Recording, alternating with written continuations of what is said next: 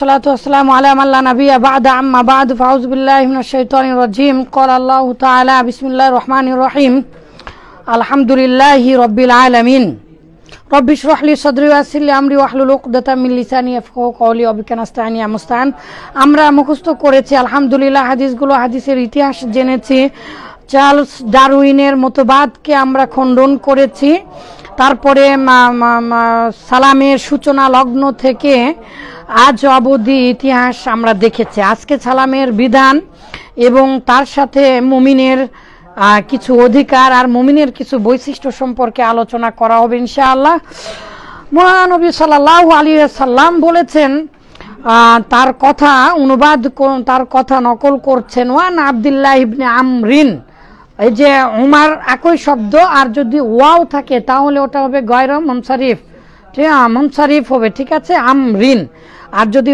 Wow না থাকে তাহলে হবে ওমা র অর্থাৎ গয়র মুনসারিফ তাহলে আন আব্দুল্লাহ ইবনে উমার আব্দুল্লাহ ইবনে উমার র হ্যাঁ আব্দুল্লাহ ইবনে আব্বাস আব্দুল্লাহ ইবনে মাসউদ অনেক আব্দুল্লাহ ইসলামে আব্দুল্লাহরা যারা আব্দুল্লাহ আছে আমাদের আব্দুল্লাহও তো মাশাআল্লাহ ইনশাআল্লাহ আল্লাহ তার দ্বারা কল্যাণ করে নেবেন ইনশাআল্লাহ ইসলামের অনেক আব্দুল্লাহ ইসলামের উপকার করেছেন আর অনেক আব্দুল্লাহ ইসলামের ক্ষতি করেছেন অনেক কিছু ইতিহাস বলার সময় নেই ওয়ান আব্দুল্লাহ ইবনে আমরিন রাদিয়াল্লাহু আনহু قال ওয়ান রাজুলান নিশ্চয় একজন ব্যক্তি সাআলা রাসূলুল্লাহ সাল্লাল্লাহু আলাইহি ওয়াসাল্লাম আল্লাহ রাসূলকে জিজ্ঞাসা করলেন আইয়ুল ইসলামি খায়রুন আইয়ুন দাইমান ইয়াকুনু মুযাফফান আইয়ুন ওয়া আয়াতুন মুরাবাস তো আনতুম তা'লামুনা হাদা সাহ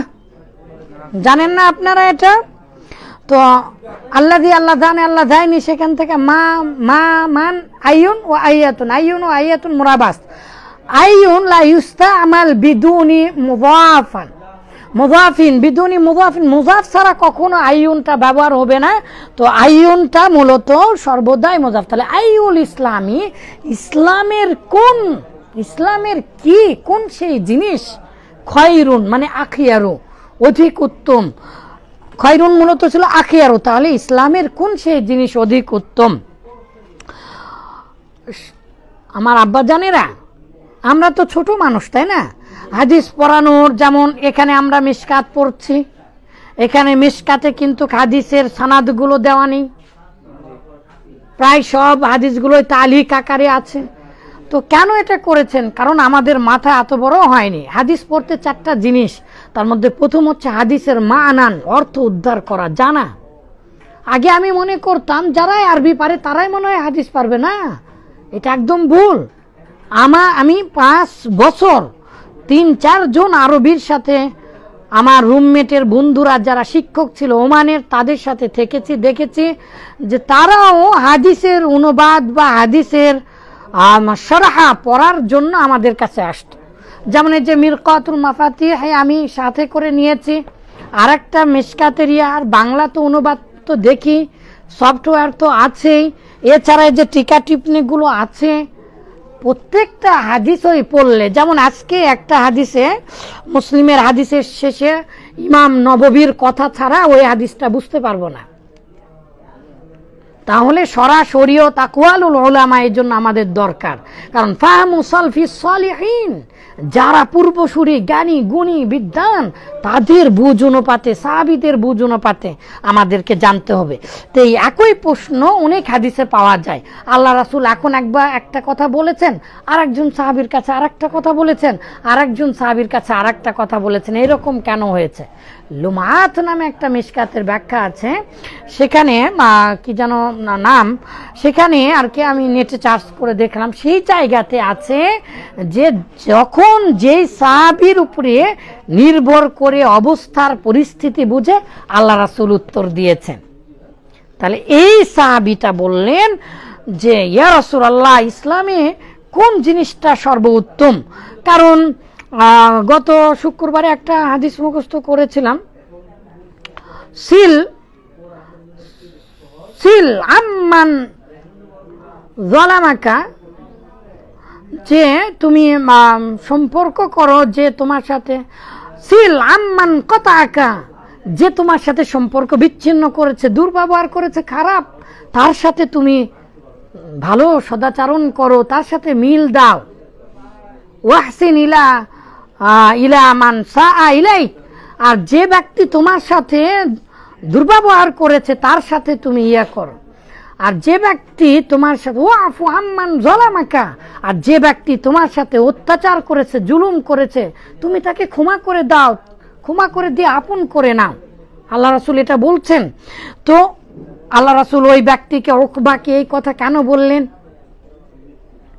একজন সাহাবী এসে, আপনারা এখানেই পাবেন হাদিসের, তো বলছে আল্লাহ রাসূল চুমু খাওয়ার দেখে, আল্লাহ রাসূলের চুমু খাওয়ার দেখে সাহাবী বলছে আমার 10টা সন্তান, আমি কোনোদিন চুমু খাই না। আল্লাহ রাসূল তখন চুমু খাওয়ার বিষয়ে উদ্বুদ্ধ করলেন।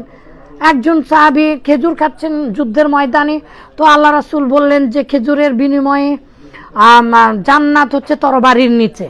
খেজুর ফেলে দিয়ে চলে গেলেন। দানের খুবই সংকট। আল্লাহ রাসূল বললেন যে ইত্তাকুন নার, জাহান্নাম থেকে ভয় করো তোমরা, জাহান্নাম থেকে বাঁচো তোমরা। ইত্তাকুন নার ওয়ালাউ বিশাক্তি তামরাতিন, যে একটা খেজুরের টুকরা, খেজুরের অর্ধেক টুকরা দিয়ে হলেও তুমি বাঁচো। একটা খেজুরের টুকরাও পাওয়া যায় না। সেই সময়ে আয়েশা রাদিয়াল্লাহু তাআলা আনহা বলেছেন যে 1 মাস চুলা জ্বলেনি, এমনও গিয়েছে। আল্লাহ রাসূল একদিন এসে খাবার চাইলেন, আল্লাহ রাসূলের স্ত্রীদের কাছে খাবার চাইলেন। গোটা আল্লাহ রাসূলের বাড়ি মিলে আল্লাহ রাসূলের স্ত্রীদের কোনো ঘরে খাবার পেল না। তখন বলছেন ওয়া ইযান আনা সাইম, তাহলে আমি সাইম, তাহলে আমি সিয়াম সাধনা করছি। খাবার না পেয়ে আল্লাহ রাসূল ক্ষুধা অবস্থা বলছে, তাহলে এখন কি করার আছে, কোনো উপায় আছে? খাবার না পেলে কি করবে? তো তাই বললেন যে আমি সিয়াম থাকছি, তাহলে আমি সিয়াম আছি।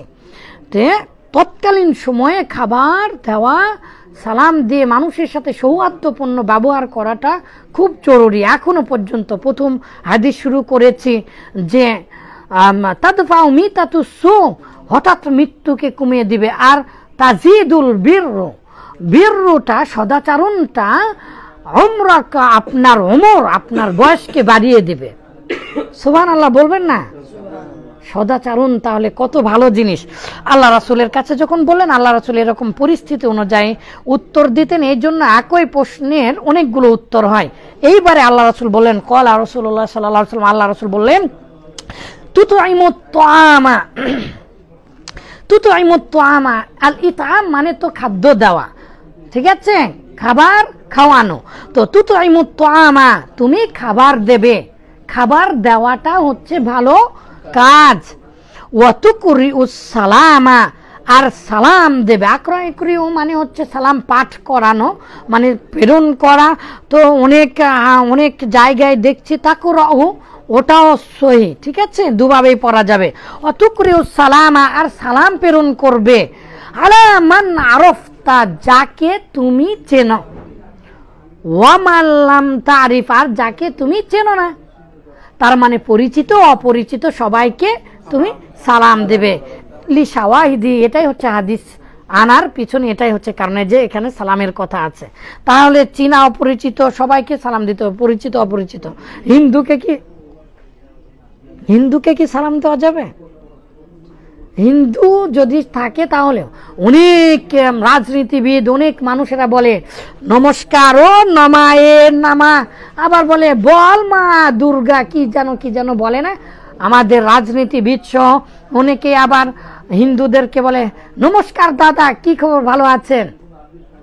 আমাদের ভার্সিটিতে আমাদের যে সেবা করে আমরা তাকে ভাই বলি না, দাদাই বলি আমি। তো এইবারে জুমার দিনে শুক্রবার দিনে ভার্সিটির মধ্যে তো বলছে দাদা নামাজ পড়তে যাবেন না, আমাদের ইসলামিক ডিপার্টমেন্টে আছেন আপনি। বলছে না, আমার সংস্কৃতি আমার কাছে। তো যেই ভাইটা এই প্রশ্নটা করেছে তাকে আমি বললাম যে এটা আপনি কি প্রশ্ন করলেন? তাকে নামাজ পড়া, তাকে ভালো ইসলামের কথা বলতে পারেন, আপনি ইয়ার কি করে তার সাথে নামাজ পড়ার কথা বলছেন মানে? তো বারাকাল্লাহু ফিকুম। আমরা হাদিস পড়বো, হাদিস পড়ার শেষ নেই। হাদিসে ইস্তিমবাত করতে হবে, আইন বের করতে হবে, আর অর্থটা ভালো করে বুঝতে হবে। আর এখন আমরা যে পর্যায়ে আছি, হাদিসগুলো সব মুখস্থ করবো ইনশাআল্লাহ, সব মুখস্থ করতে হবে। তাহলে দেখি কি বলছে, যে পরিচিত অপরিচিত সবাইকে সালাম দিতে হবে। মুত্তাফাকুন আলাইহি, বুখারী মুসলিমের হাদিস, সবচাইতে হাদিসের মান বেশি। ওয়ান আবি হুরায়রা রাদিয়াল্লাহু আনহু ক্বাল রাসূলুল্লাহ সাল্লাল্লাহু আলাইহি সাল্লাম, আবু হুরায়রা হতে বর্ণিত, তিনি বলছেন আল্লাহ রাসূল বলেছেন, কি বলেছেন? লিল মুমিনি, মুমিনের জন্য, আলাল মুমিনি, অন্য মুমিনের উপরে।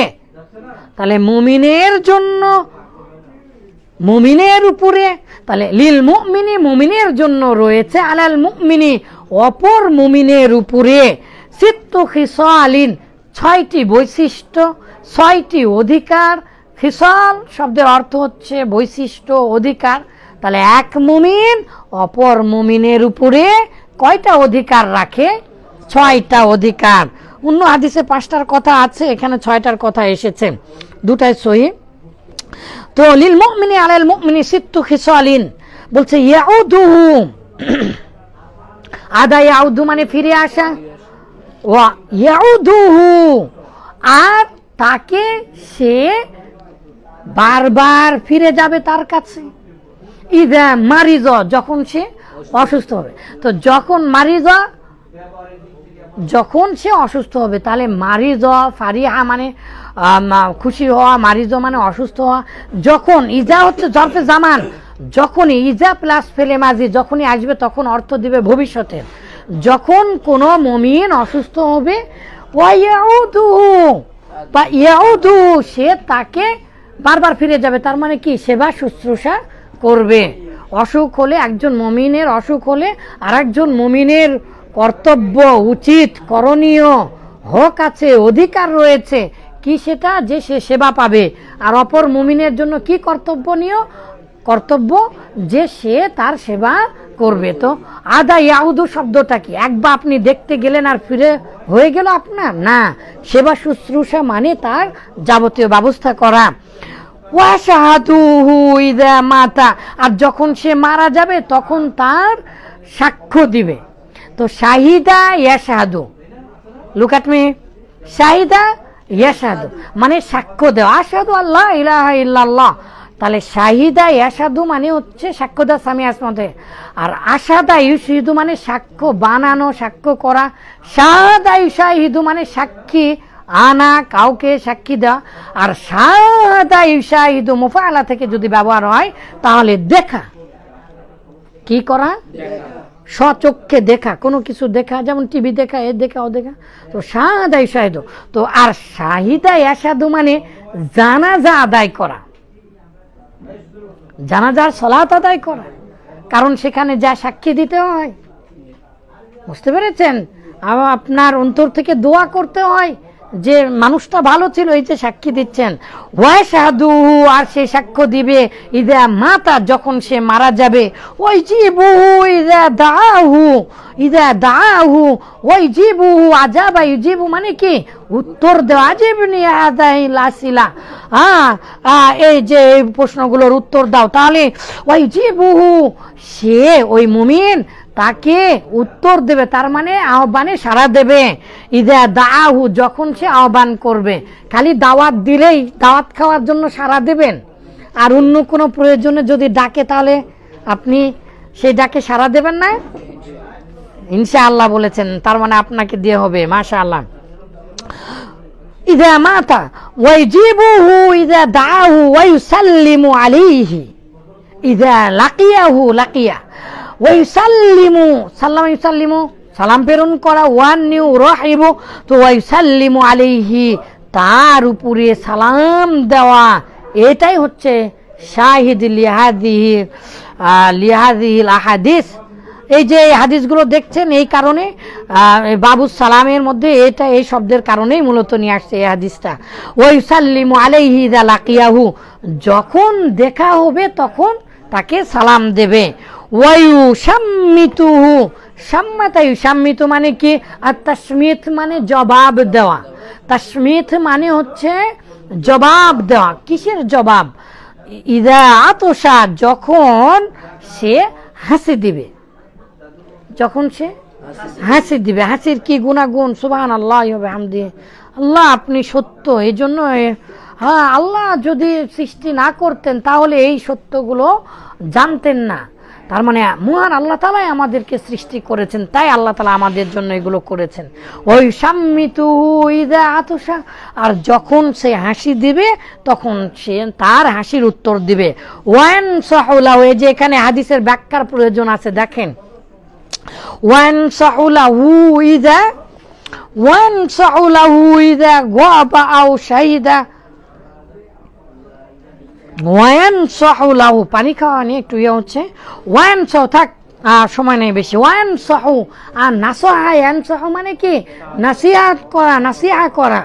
আর দিনুন নাসিহা লিল্লাহি ওয়া লিরাসূলিহি। এই হাদিসের ব্যাখ্যা অনেক কঠিন, অনেকেই বোঝে না। আল্লাহর জন্য নাসিহা, আল্লাহর জন্য কল্যাণ কামনা করা। আল্লাহর জন্য কি কল্যাণ কামনা করবেন? তো লিল্লাহি যে বলেছে, তাহলে যে জ্ঞানী গুণীরা যেভাবে বুঝেছেন সেভাবে বুঝতে হবে। আল্লাহর জন্য আপনি দোয়া করবেন, আল্লাহর জন্য শান্তির দোয়া করবেন, আল্লাহর জন্য আপনি উপদেশ দিবেন। তো আল্লাহ রাসূল কি এখানে তাহলে ভুল করলেন? তাহলে লামের আর কি কি অর্থ হতে পারে এগুলো জানতে হবে। তো ধরেন, আগে এটা ধরেন, ওয়ানসাহু লাহু, আর সে তার জন্য নাসিহা করবে, উপদেশ দিবে, কল্যাণ কামনা করবে। ইদা গবা, যখন সে অনুপস্থিত থাকবে। কুটনামি করবে না, চুগলখড়ি করবে না। লা ইয়াদখুলুল জান্নাতা কাত্তান, চুগলখোর জান্নাতে যাবে না। লা ইয়াদখুলুল জান্নাতা কাতি, আত্মীয়তার সম্পর্ক ছিন্নকারী জান্নাতে যাবে না। আপনার উপস্থিত আছে, সেই প্রশংসা করছেন, কিন্তু আর নেই যখন, তখন আপনি কিছু করছেন না। এই জন্য বলছে আল্লাহ রাসূল বলছে ওয়ানসাহু লাহু, সে তার জন্য নাসিহা করবে। ইদা গবা, যখন সে অনুপস্থিত থাকবে। আও শাহিদা, এবং যখন সে উপস্থিত থাকবে। তাহলে একজন মুসলিম উপস্থিত থাকুক কারণ উপস্থিত থাকুক, তার প্রশংসা করতে, তার কল্যাণ কামনা করতে হবে, তার জন্য দোয়া চাইতে হবে। এই যে ওয়ানসাহু, তার জন্য নাসিহা করতে হবে, তার কল্যাণ কামনা করতে হবে। দূরে গেলে তার জন্য দোয়া করতে হবে। কেন বাবা? এই যে ইয়ানসুর অর্থ এতগুলো কেন আমি বললাম? আসলে মুসলিমের সরা ইমাম নববী সহ আরো অন্য হাদিসের ব্যাখ্যা এই কথার ব্যাখ্যা করেছেন। তো আল্লাহ আমাদেরকে সাহায্য করুন, আমরা এই 6টা জিনিস ইনশাআল্লাহ মুসলিম হয়ে অপর মুসলিমের জন্য করার চেষ্টা করব। এটা আমাদের উপরে কর্তব্য আছে, ওয়াজিব নয়, তবে কর্তব্য। আর অপর মুসলিমের হক, এগুলো হক থেকে আল্লাহ আমাদেরকে বাঁচার তৌফিক দান করুন। অপরকে যেন আমরা এই হকগুলো বুঝিয়ে দিতে পারি, সেগুলো আমরা করার তৌফিক দান করুন আল্লাহ তাআলা। আসসালামু আলাইকুম ওয়া রাহমাতুল্লাহি ওয়া বারাকাতুহু। এরপর থেকে আগামীকাল ইনশাআল্লাহ। আচ্ছা, বন্ধ।